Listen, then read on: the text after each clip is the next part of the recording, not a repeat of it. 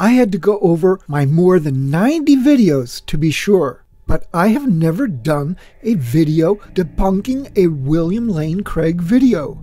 It felt like I'd done it before because I've got old videos arguing against Veritas 48 and some videos arguing against Alvin Plantinga. And since Veritas was a disciple of Craig and Craig is a disciple of Plantinga, I have, in a way, already covered Craig's arguments. But I haven't made a single video featuring Craig himself. That is, until now.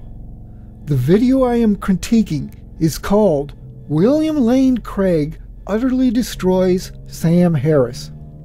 It was posted by both Exposed Atheist and Dr. Craig Videos, and both are linked in the underbar. Here is the first audio clip. We agree that all things being equal, flourishing of conscious creatures is good. The question is rather, if atheism were true, what would make the flourishing of conscious creatures objectively good? The fact that I am a conscious creature that wants to flourish, and because I generally expect other people will also want to flourish, why is that not enough to motivate me to consider the well-being of others whom I have to deal with?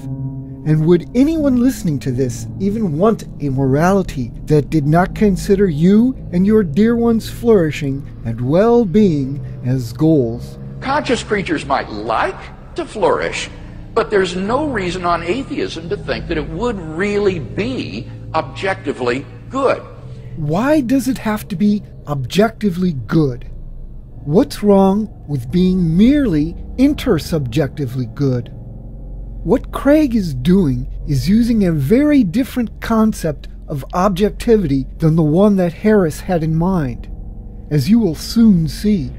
Now here Dr. Harris, I think, is guilty of misusing terms like good and bad, right and wrong, in equivocal ways. He will often use them in non-moral senses. Harris is using the word good as an adjective or an adverb, but Craig thinks the word good has to be a noun before it can apply to morality. Craig may or may not be a deontologist, but he is appealing to deontology here. Harris was obviously making a consequentialist argument, and only a strict deontologist would fail to understand it. For those unfamiliar with the debate between consequentialism and deontology, I'll link something in the underbar to define them. But since they have little bearing on the rest of Craig's reply, I won't explain them here. In non-moral senses. For example, he'll say there are objectively good and bad moves in chess. Now that's clearly not a moral use of the terms good and bad. You just mean they're not apt to win or produce a winning strategy. It's not evil what you've done. Harris did not misuse the terms. He made an analogy. He had in mind a metaphorical relationship between chess and morality. Craig either missed the point or he is dealing in straw men. The objectivity of a good chess move depends on chess having a specific, well-defined goal. Without a goal, like capturing your opponent's king, which is an arbitrary goal, why not capture the queen or capture all your opponent's pieces? There would be no objective move. Players could just move the pieces about to make subjectively pretty patterns. In the same way, if morality has a clear goal, then its moves do become objective. They can now be analyzed by how effectively they achieve that goal. If we can have, as we indeed do have, objectively good and bad chess moves without invoking God, then why can't we have good and bad behaving, and that behavior can be called morality? That chess metaphor is consequentialism in a nutshell. It's oversimplified, but the goals you want are the consequences you seek. The goodness of a moral act is related to the consequences of that act. It's because of that similar relationship that we can use the word good as an adjective or adverb and refer to either chess moves or moral behavior or moral rules. It's using the good as a noun that is problematic. If the good doesn't relate to any consequences in the here and now. And similarly, in ordinary English, we use the words good and bad in a number of non-moral ways. For example, we say Notre Dame has a good team, or that's a good game plan, or the sunshine felt good, or that's a good route to East Lansing, or there's no good reason to do that, or she's in good health. All of these are non-moral uses of the word good. And Dr. Harris's contrast of the good life and the bad life is not an ethical contrast between a morally good life and an evil life. It's a contrast between a pleasurable life and a miserable life. And there's no reason to identify pleasure, misery with good and evil, especially on atheism. If there is no God, then what else is there to base morality on besides the consequences we desire? Why would being an atheist make me not care about the well-being and flourishing of at least those around me? Craig keeps making the accusation over and over.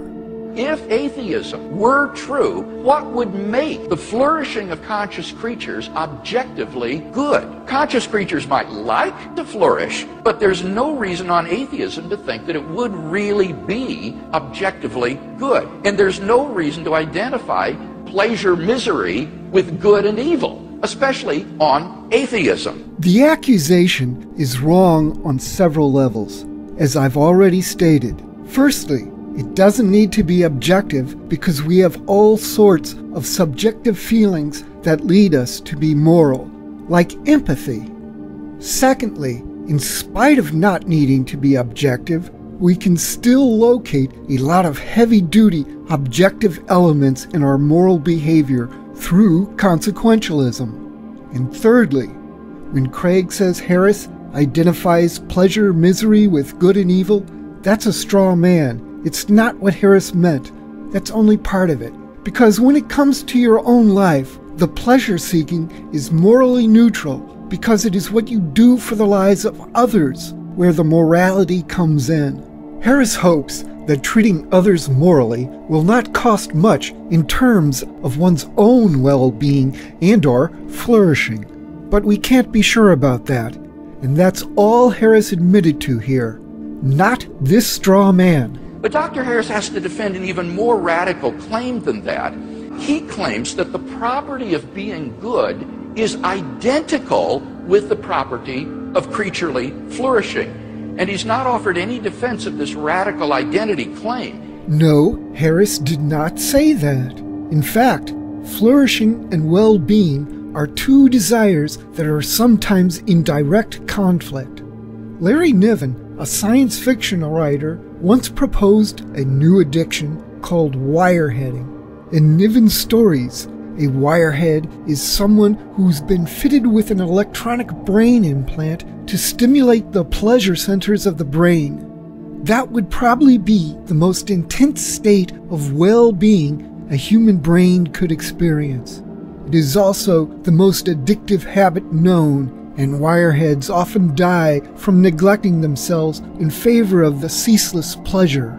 It is so addictive that it becomes an evolutionary pressure selecting against people without enough self-control. That kind of feeling of well-being would be a good example of how well-being can be in conflict with flourishing. If you choose well-being followed by death over flourishing, you've given up on life. And he's not offered any defense of this radical identity claim. In fact, I think we have a knockdown argument against it. Now, bear with me here. This is a little technical. Having just set up a straw man, you'd think a knockdown argument would be easy. But that's not what Craig does. Instead, Craig self-pones himself. Hold on a bit. I'll let you know when it happens. On the next to last page of his book, Dr. Harris makes the telling admission that if people like rapists, liars, and thieves could be just as happy as good people, then his moral landscape would no longer be a moral landscape. Rather, it would just be a continuum of well-being whose peaks are occupied by good and bad people or evil people alike. Craig's statement is dishonestly out of context. He's just stuffing more straw into an already absurdly overstuffed straw man. All that Harris admitted to in that passage was that his moral landscape could turn out to be a messy and complicated place. It's there in the term landscape, because by using that word, Harris meant to call to mind things like the fitness landscape and other such things, which are full of multiple peaks and many different modes of flourishing. There will still be the possibility of irreconcilable goals and disagreements that can never be worked out. Harris claimed that such disagreements would not be equal to moral relativism, a claim I doubt. But I do think he is right when he says there will be right and wrong ways to move toward one peak or another, and there will be many more valleys in the moral landscapes than peaks, a valley being a low spot that would represent an absolute wrong answer to the moral question. And that means that most moral disagreements will not be between sides of equal merit, and we do not have to agree to disagree. Rather, we will eventually, as neuroscience progresses, be able to more and more determine which side is actually right in those cases where people are heading into a valley rather than onto a peak. Dr. Harris explained that about 3 million Americans are psychopathic. That is to say, they don't care about the mental states of others. They enjoy inflicting pain on other people. But that implies that there's a possible world which we can conceive in which the continuum of human well-being is not a moral landscape. The peaks of well-being could be occupied by evil people. Imagine if Alex, that character from A Clockwork Orange, had found out that the absolute peak of well-being was going down to the Korova milk bar for some Milk Plus, and then heading out for a bit of the old ultra-violence. What if it made you feel so good you just had to burst out in song? I'm singing in the road, just singing in the road. What a glorious feeling, I'm happy again. I'm laughing at clouds so dark up above. Sun's in my heart, and I'm ready for love. Would Dr. Harris advocate that psychopaths should indulge such psychopathic behavior in order to achieve well-being? No. Even if psychopaths did get the best kicks, their behavior not only doesn't contribute to the well-being and flourishing of others, it harms others. No society could tolerate an overabundance of psychopaths without destroying itself. It is not an improvement in well-being except in the short term for a tiny minority. So, long-term flourishing for most of us cannot be achieved that way. Does anything Sam Harris said become invalid if it's true? Nope. But it does complicate an already messy state of affairs, because, in the end, you do have to take real human nature into account and do so honestly. You either find ways to safely satiate the psychopath's desires in ways that don't harm others, perhaps with violent computer games, or you root them out and imprison them or eliminate them if they don't change their behavior. Okay, this next statement from Craig is where the self-ponage begins. Listen carefully, because this is what Craig's followers are clearly missing. But that entails that in the actual world, the continuum of well-being and the moral landscape are not identical either. For identity is a necessary relation. There is no possible world in which some entity A is not identical to A. So if there's any possible world in which A is not identical to B, then it follows that A is not in fact identical to B. If you've seen my video on Elvin Plantinga called Platonic Idealism Must Die, That argument Craig made will sound very familiar because Craig is making the same kind of argument and the same kind of mistake that Plantinga made using similar words. For those who would rather see the pedantic philosophical details, there are links in the underbar to the Stanford Encyclopedia of Philosophy's entry on identity and also to the Wikipedia entry on Saul Kripke, who invented the frame semantics for modal and related logics that Plantinga and Craig seem to be using. Or should I say abusing? Okay, I will now try to demonstrate that what Craig said here, in this context, is so wrong on so many levels that if it were not wrong, it would destroy set theory, language, and logic. Consider the chess metaphor again. What is identical about this chess set and this one? Does the fact that they are not absolutely identical mean that one of them is not really a chess set? No, they are simply not physically the same chess set, but they are still chess sets. The idea of chess does not require a chess set to look a certain way. It does not require that the pieces must be of a certain size, nor does it require the pieces to be real physical pieces. They could just be symbols on a computer screen. None of those things have to be identical. So, on that level, Craig's claim fails to capture the reality of identity. In theory, two people, if they had minds capable of achieving it, could play chess in their imaginations just by talking back and forth.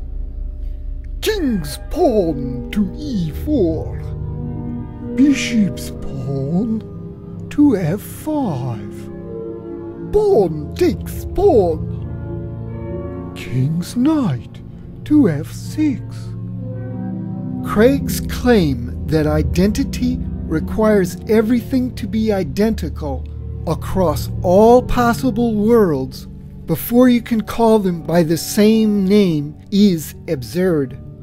If it were true, it would mean that you couldn't call Toyotas, Fords, and Buicks cars because, since they are not identical in even this world, much less possible worlds, they cannot share a common identity as cars.